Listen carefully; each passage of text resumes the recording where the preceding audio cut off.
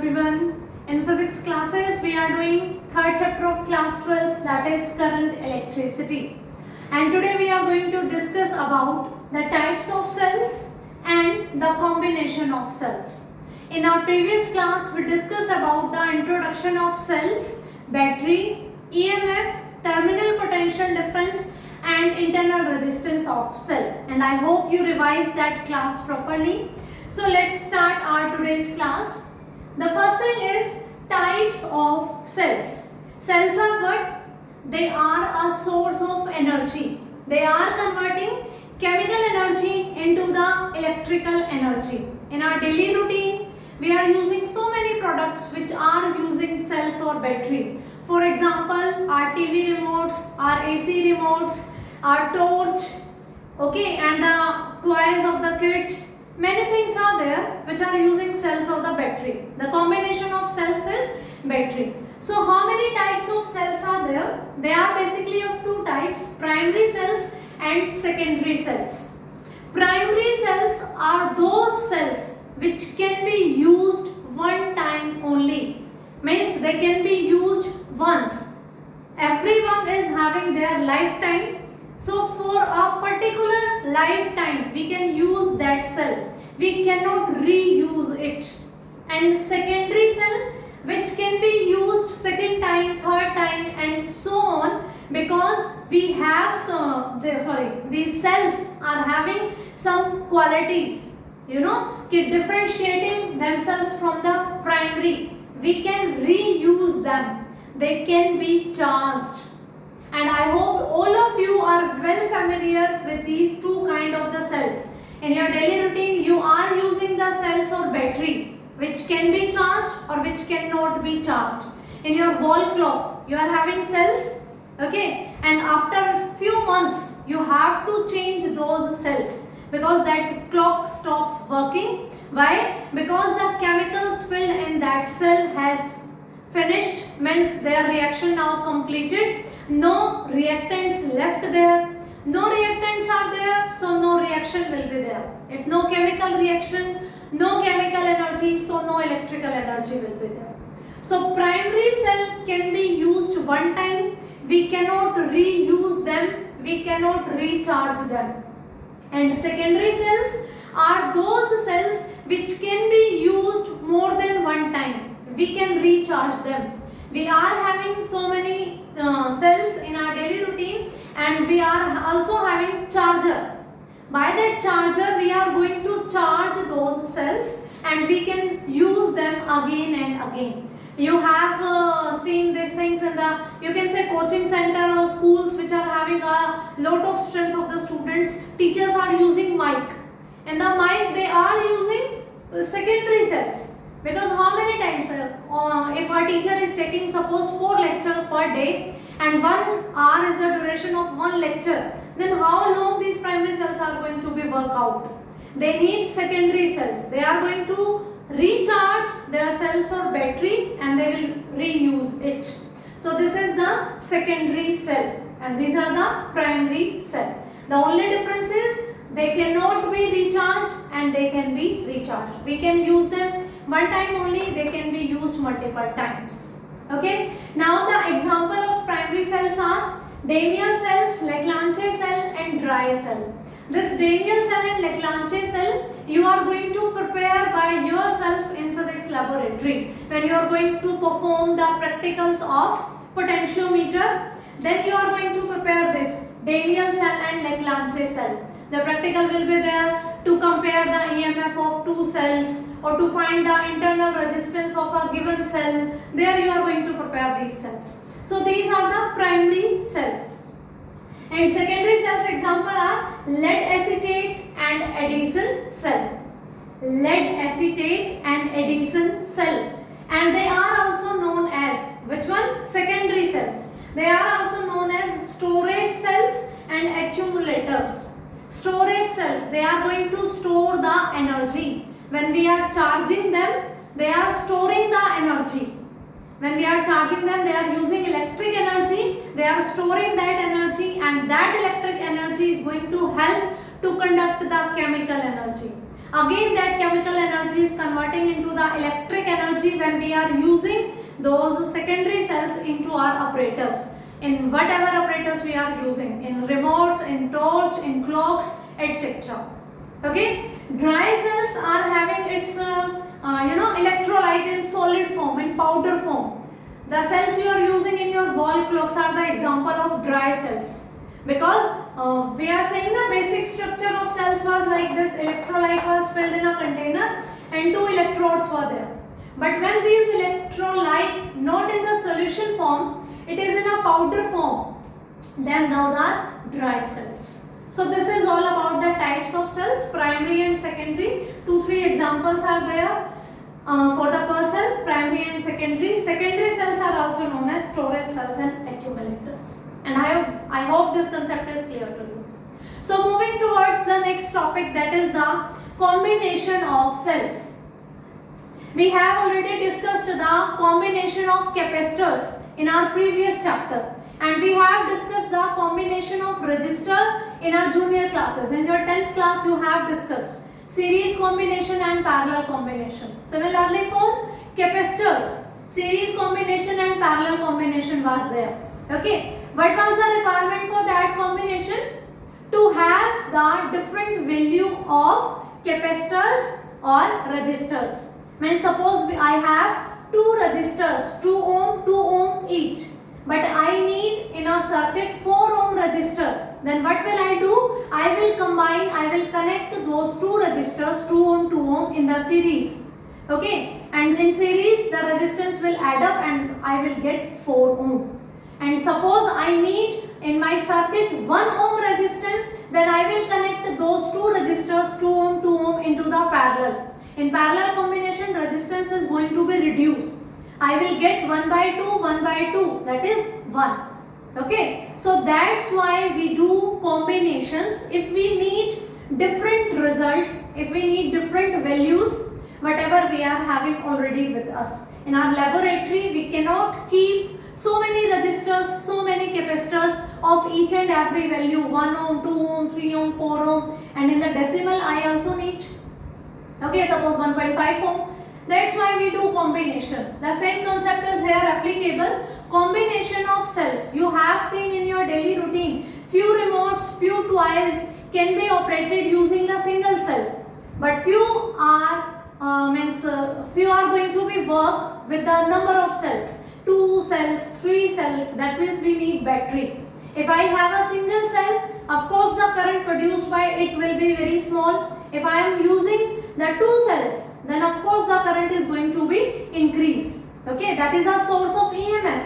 EMF is the potential difference between the electrodes of a cell in an open circuit. Okay, this is the motivator which is going to force to push the electrons to move in a particular direction, means to the flow of current. So the same thing is the requirement will tell, the circuit will demand the different values of the potential. Then we are going to have different cells. And again, in our stock we cannot keep the cells or the batteries of each and every value. That's why we need combination. But here is a different thing. Like capacitors and resistors, we do not have only series and parallel combination. Here we have one more combination, that is mixed combination. Okay, so in cells, along with series and parallel combination, we are going to do the mixed combination also. So let's discuss one by one in detail. First of all, we will discuss series combination. In capacitor, you have learned this thing. Whenever we are connecting the capacitors in the series, this will be the diagram. For resistors, again this will be the diagram. Similarly for cells, this one is going to be the diagram. You know, the cell is represented by the 2 parallel lines. One is bigger one and another is smaller one. The bigger one is representing positive electrode and the smaller one is representing negative electrode. For second one, it is having positive electrode and this one is negative. Suppose epsilon 1 is its EMF, epsilon 2 is its EMF, second ones. And R1, R2, I have written reverse, R1, R2 are their internal resistances. What is internal resistance? Yesterday we have discussed. The resistance offered by these electrolyte and electrodes to the flow of charges is known as internal resistance. This is due to the internal structure of cell. That's why it is known as internal resistance. It depends on the distance between electrodes, size of electrodes, the area of electrodes, depend the electrolyte, nature of electrolyte, temperature of electrolyte. Everything we have already discussed in our previous class. There we also discussed two things, open circuit and closed circuit. Open circuit in which connections are not complete, we didn't switch on the key, okay, means no current is flowing, that is an open circuit. And a closed circuit is which one? In which current is flowing, that is a closed circuit. We discussed two things, EMF and terminal potential difference. EMF is the potential difference between these two electrodes of a cell in an open circuit when no current is flowing. And terminal potential difference is the potential difference between these two electrodes in a closed circuit when current is flowing. Because when current starts flowing, it is using the energy of cell. So there will be some degrees. That's why V is going to be always less than EMF. Terminal potential difference will be always less than EMF. This all things we have already discussed in our previous class. I'm just giving you a revision of that. Okay. So let's start for this topic. Suppose I have connected two cells only for the simplification in the series combination. The negative electrode of first cell will be connected to the positive electrode of the second cell. Then this is showing the series combination. And if you have revised these topics properly, then of course this diagram is telling its meaning clearly. Yes, these cells are connecting in series. When there is a single path for the current to flow, then this is the series combination. And when the current is having multiple paths to flow, that is a parallel combination. We are using a single wire to connecting them. Current has single path to flow. So this is a series combination. And the direction of current is from positive to negative. Like this. So this will be the direction of current. And in series combination, current is always going to be same for all the cells. And in parallel combination, potential is going to be same across all the cells. Same for the capacitors case and same for the resistors case. Okay. So suppose I am saying this point A, this point B and this point C. 3 points I am having A, B and C. Suppose I am talking about the points A and B. The potential difference VAB, I can write it as VA minus VB, means this one. This positive electrode, this negative electrode. Potential difference between these two electrodes of first cell using the previous formula which we have done already in our previous class. So V is equals to epsilon minus IR. Here the first cell is there, so epsilon 1 and R1. Because it is having its own EMF, that is epsilon 1, and it is also having its own internal resistance, that is R1.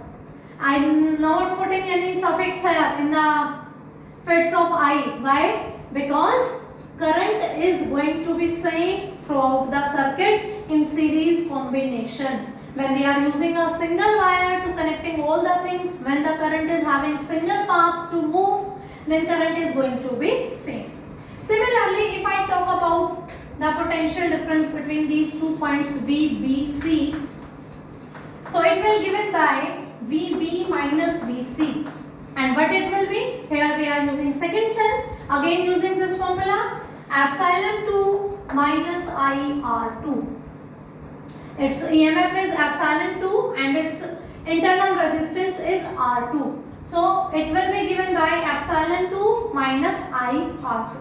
Now if I talk about the potential difference between A and C, because I need to do combination, means if I want to replace these two cells by someone else, okay, then the potential difference between A and C should be same, which is going to replace these two. So if I talk about the potential difference between VAC, it will be VA minus VC.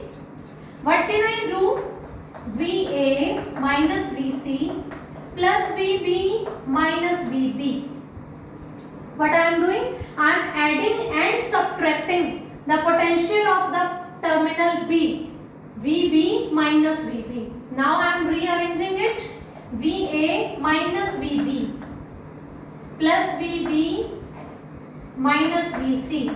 You know the rules of algebra? Signs should be same. The terms can be interchanged their positions. So VA minus VB and VB minus VC. I can rearrange the terms.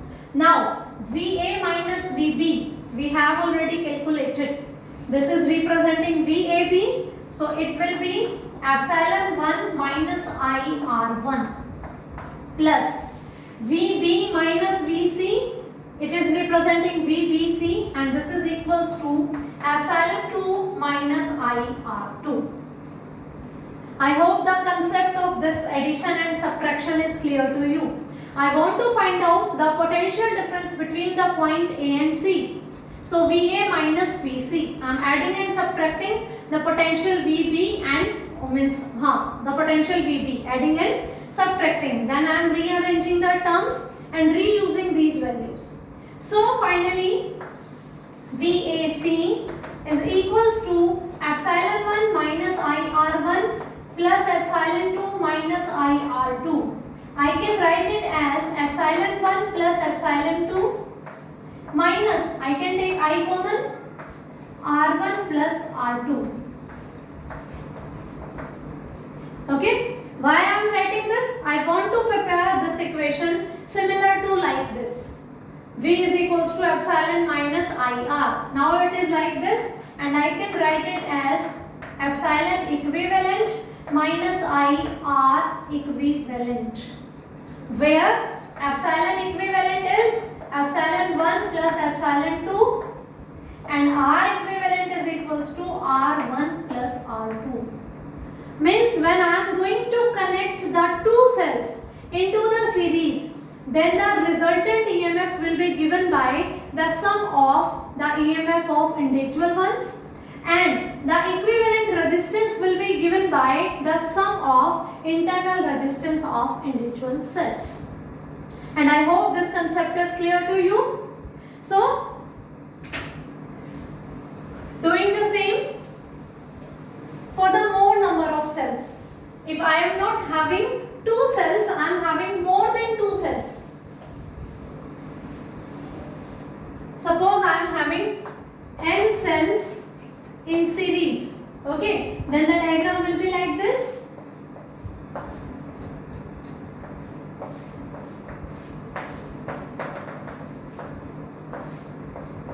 Like this, first, second, third, fourth, fifth and up to nth.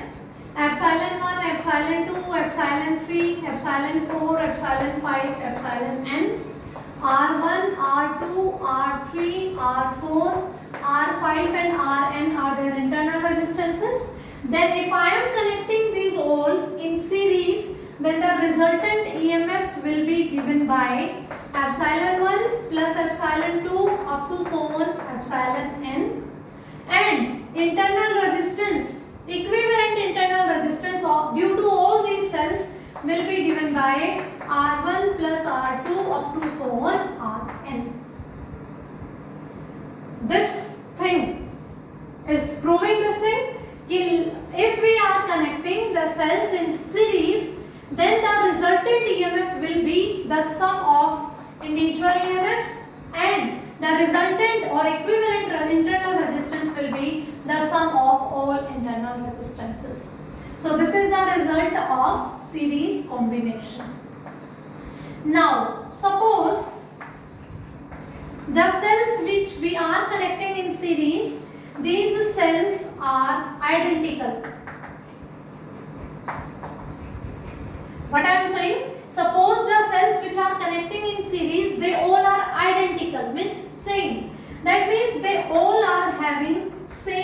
EMF equivalent to epsilon. Epsilon 1, epsilon 2, epsilon n, all are equivalent to epsilon. Suppose I am saying all are having 2 volt EMF, 2 volt, 2 volt, 2 volt, 2 volt. So all are having same, and because they are identical and their equivalent resistances are also equal, that is equivalent to R. Okay, suppose I am having n cells and they all are identical, means same. So resultant EMF will be what? E plus E plus E plus up to E. How many times? N times. Okay, so it will be N into E, epsilon.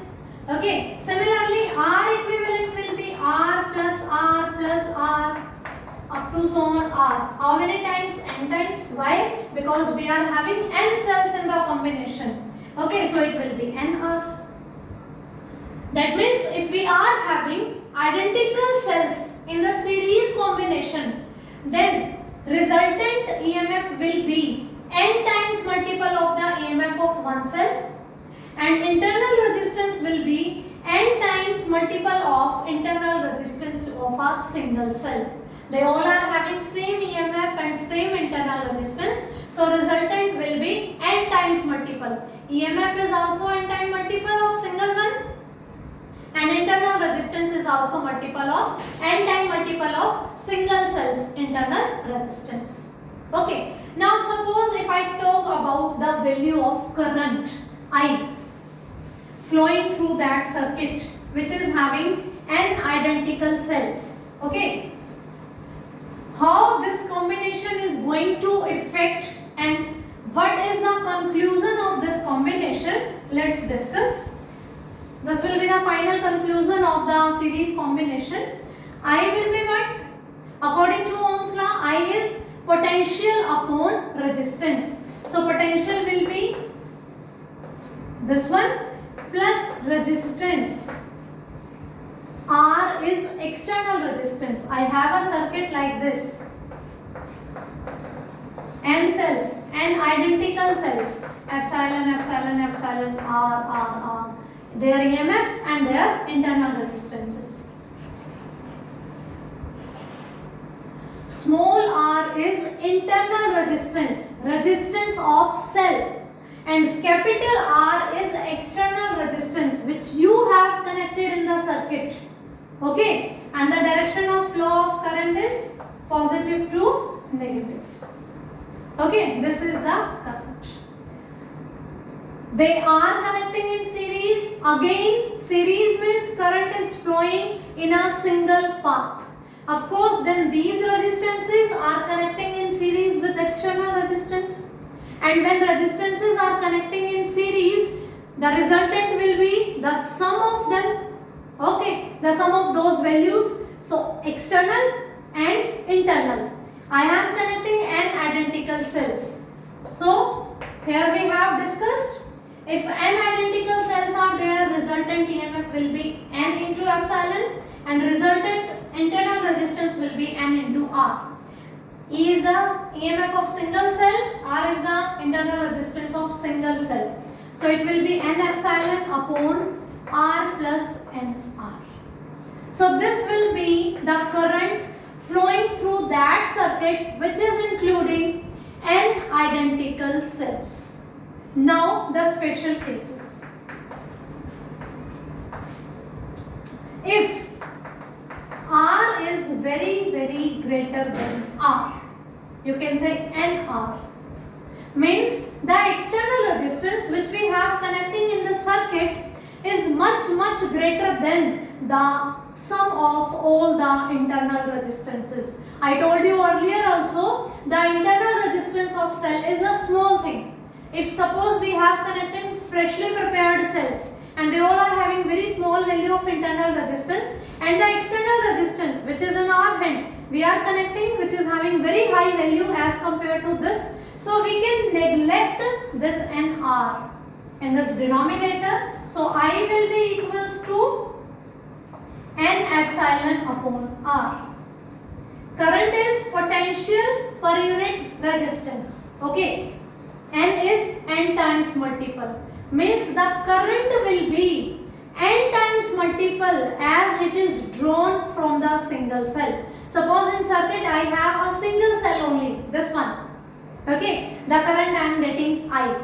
Now I am connecting the same cells but n cells are there. The current will be n times the cell due to a single cell. It is n times of current due to single cell. Okay, means if I am adding the multiple cells, then current is going to be increased. How many times? It is that number of times the number of cells you are connected. Okay, now second condition, if R is very less than NR. Now suppose n cells are there, this number can be anyone, and R which we are connecting external resistance in the circuit, that is very small as compared to some of their internal resistances. This time we are going to neglect capital R as compared to NR. So I will be equals to n epsilon upon NR. N is going to be cancelled out, epsilon by R. Then the current drawn through this circuit is equivalent to current due to a single cell. Here the current was n time multiple and here the current is exactly equal. The current drawn through a single cell. The difference is due to the value of external resistance. So if we need maximum current, then what should we do? Then R should be very greater than NR. External resistance should be very high. Okay, and if we need small current in the series combination, then external resistance is going to be small. Okay, if external resistance is small, then current due to series combination is equivalent to current due to a single cell. But if external resistance is very greater than the sum of internal resistances, then the current is n time multiple of the current due to a single cell. So for maximum current, this condition should be there. This is the conclusion, that in a series combination, if we need maximum current, then our external resistance should be greater than the sum of all internal resistances. I hope this concept is clear to you. So whenever you are having the cells in the series with different EMF, then directly add them. Internal resistance, directly add them. If you have identical cells, directly multiply the N with the epsilon and with the R. You will get equivalent EMF and equivalent resistance. And this is about the case of current. I hope this concept is clear to you. This is sufficient. In next class, we are going to discuss about the parallel combination and the mixed combination. Thank you.